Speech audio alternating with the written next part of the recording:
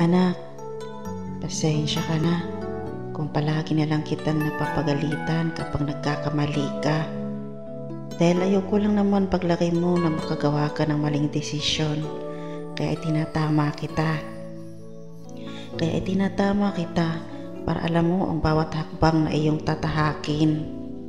Dahil hindi sa lahat ng oras narito ako para gabayan ka. Dahil darating ang panahong mawawala na rin ako dito sa mundo at magiging isang kwento lang sa mga taong minsay napaiyak at napasaya ko.